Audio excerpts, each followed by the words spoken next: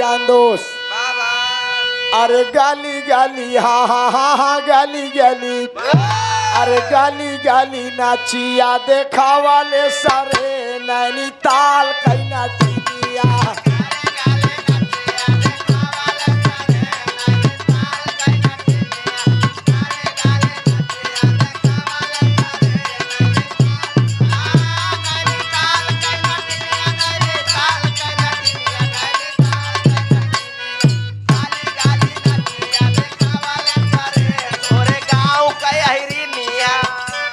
एक झापड़ मारा भाई उलट जाए पे यही कछारे में बीरा हो जाए जहाँ हिर हुरादार मोट मोट लाठी लेके सुनत ही बीसन लाठी मरी तो हम लोग मेहनत करता ही तब मेहनत करता है भाई सवेरे बढ़िया पैसा देव तो का यही कहे बड़े पैसे दे अपने तन के बुराई करवाओ।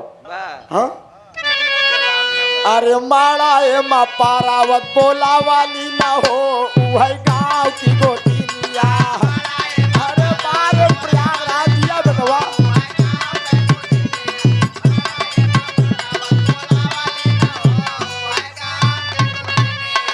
लेकिन भाव दिया गया बाबूजी। विष्णु भगवान रूप बदलत हैं साधु का साधु का अरे साधु का रूपावा बना वाले ना हो लक्ष्मी के सदावा। साधु का रूपावा बना वाले ना हो लक्ष्मी के सदावा। साधु का रूपावा बना वाले ना हो लक्ष्मी के सदावा। अरे साथावा में साधु बाबा चेला वाली आए।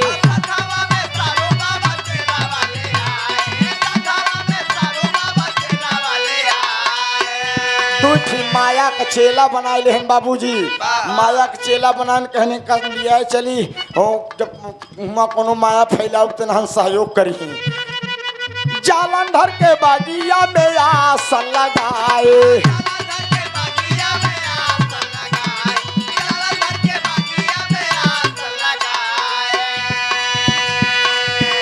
अरे माया माया अरे माया अपन फैला वाले न हो लक्ष्मी के सजनावा। माया अपन जागा माई भगवती भोलेनाथ।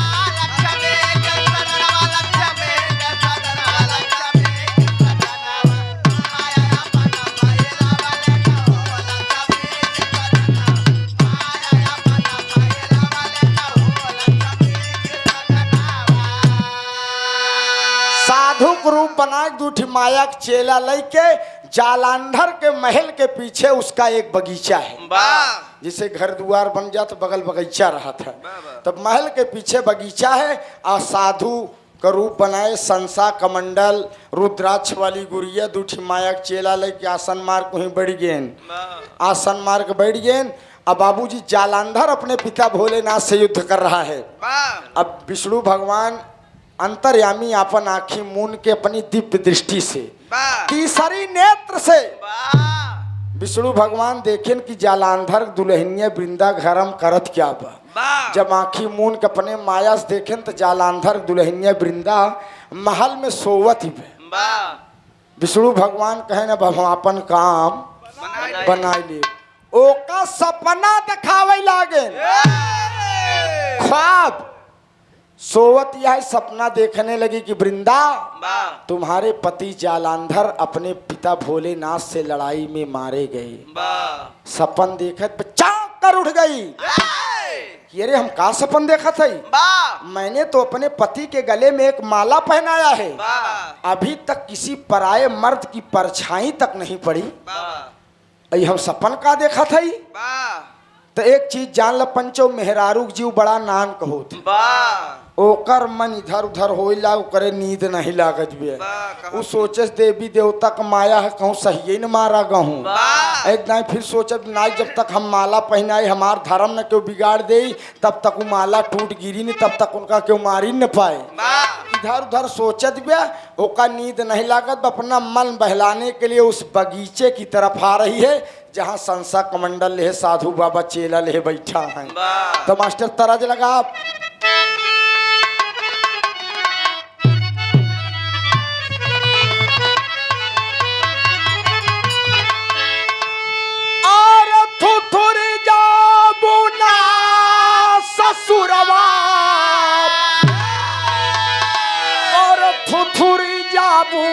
हो ससुरवा फुथुरी जाबूना।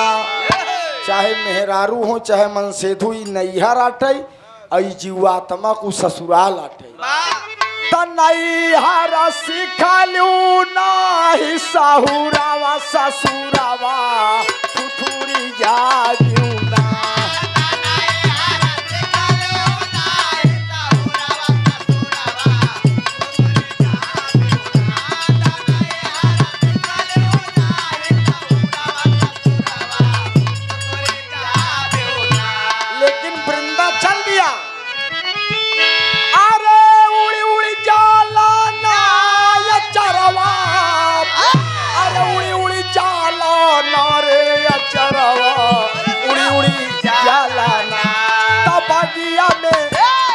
बगिया में कई के गई न सिंगारावा या चारावा उड़ी उड़ी जाला।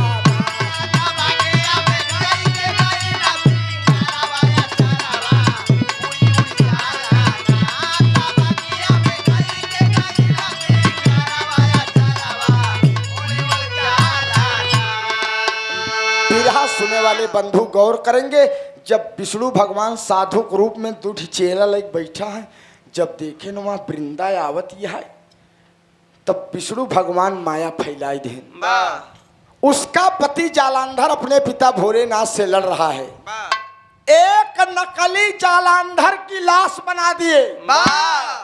जब लाश बनाए दोनों चेलवन कहन वह वृंदा आवत बा, यही ले जा वृंदा देखी तो रोवे लागी कि हम जवन सपना देखे हमार सपना सही होएगा। देखिए ये हमारे इस कार्यक्रम छाती पीट पीट कर वृंदा रोने लगी कि स्वामी मैंने अपने आपके गले में एक माला पहनाया था, अभी तक कोई पराये मर्द की परछाई नहीं पड़ी और आप मारे गए। रो रही है तने में संसा कमंडल ले विष्णु भगवान आयन कहन बेटी क्यों रो रही हो। वृंदा ने कहा बाबा मेरा सुहाग उजड़ गया और आप पूछ रहे हो क्यों रो रही हो। तब विष्णु भगवान साधु के रूप में कहन बिटिया कहा तोहरे पति की जिंदा कही थी। कौन ऐसी सुहागन होगी जो अपना सुहाग नहीं चाहेगी। कहा बाबा जी आए देते तो लाख लाख धन्यवाद, लाख लाख धन्यवाद रहा बाबा। कहा तोरे पति जी आए देव लेकिन एक काम करे पड़ी। कहा बाबा एक काम नहीं, मैं अपने पति के लिए हजारों काम करने के लिए तैयार हूँ। कहा तू आँखी मून ले, आँखी मून के मंत्र बताओ तो वही जपा तोहार पति जब तक जिंदा न हुई आँखी न खोली। वृंदा सोचे सी बड़ा सरल काम बाबा बतावत है। कहा बतावा कहा ओम नमो भगवते वासुदेवाय नमः, ओम नमो भगवते वासुदेवाय नमः। कहा जब यह मंत्र तू जब तुहार पति जिंदा हो जाही, जब तोसी बोली ही तब तू आँखी खोलो। वृंदा लगी जप ओम नमो भगवते वासुदेवाय नमः। जपैला आँखी मून के विष्णु भगवान माया फैलाई देन, अपनी जीवात्मा का समावेश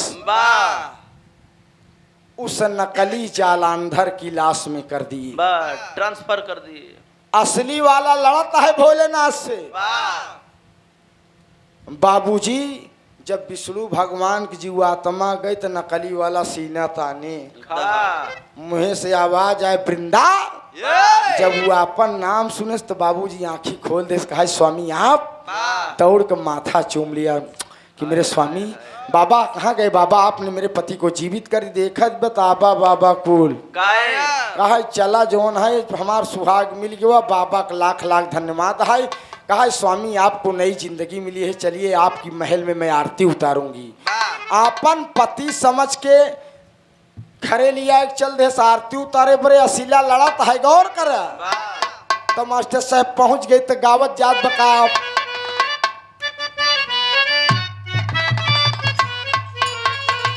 देखा यह बहुत पुरान धुन भोजपुरी है।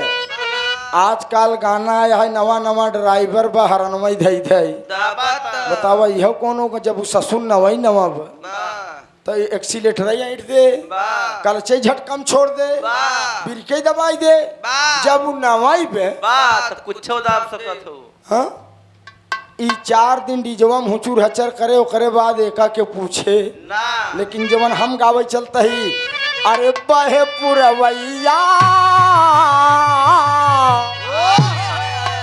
अरे बहे पुरवैया उड़ेला मोरा घाघरा, बहे पुरवैया उड़ेला मोरा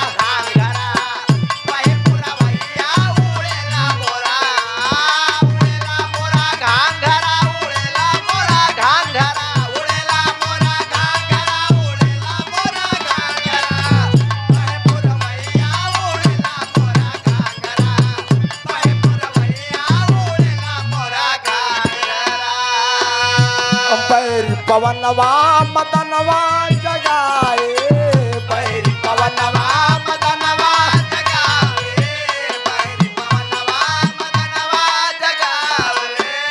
अरे बाजे बदरदी कननवा, बाजे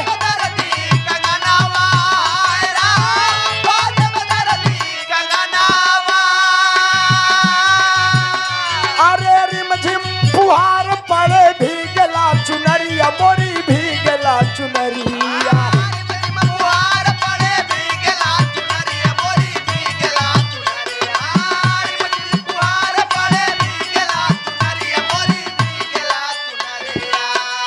अरे मारे नजर मोहे सावन के बादरा, बहे पुरवैया उड़ेला मोरा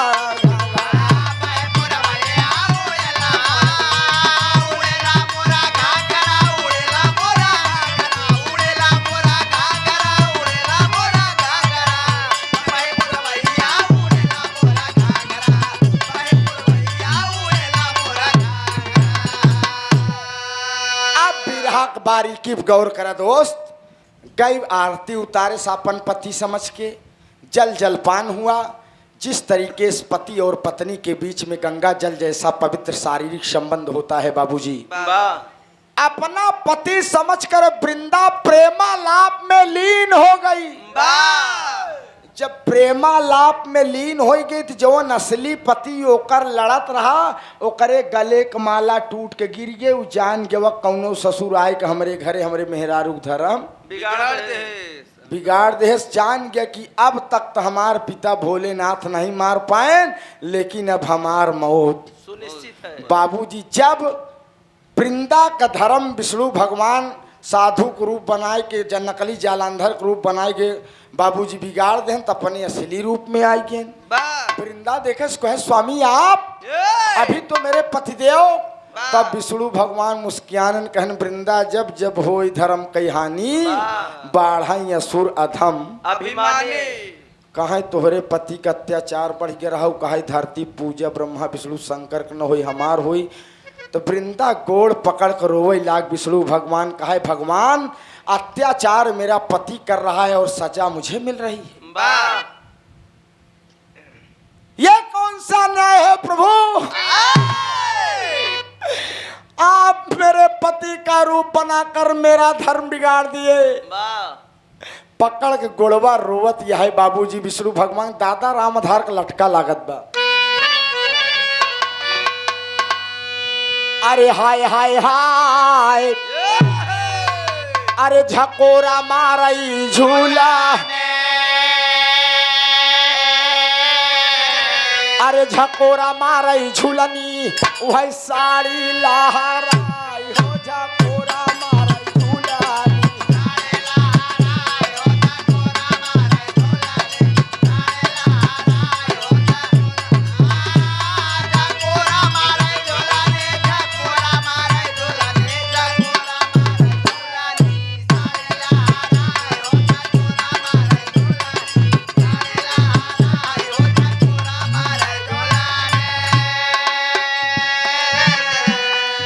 वृंदा रोवत है काहे भगवान, विपत्ति काहे डारी, अरे विपत्ति काहे डारी, अरे दीन कारा तार हो विपत्ति काहे डारी।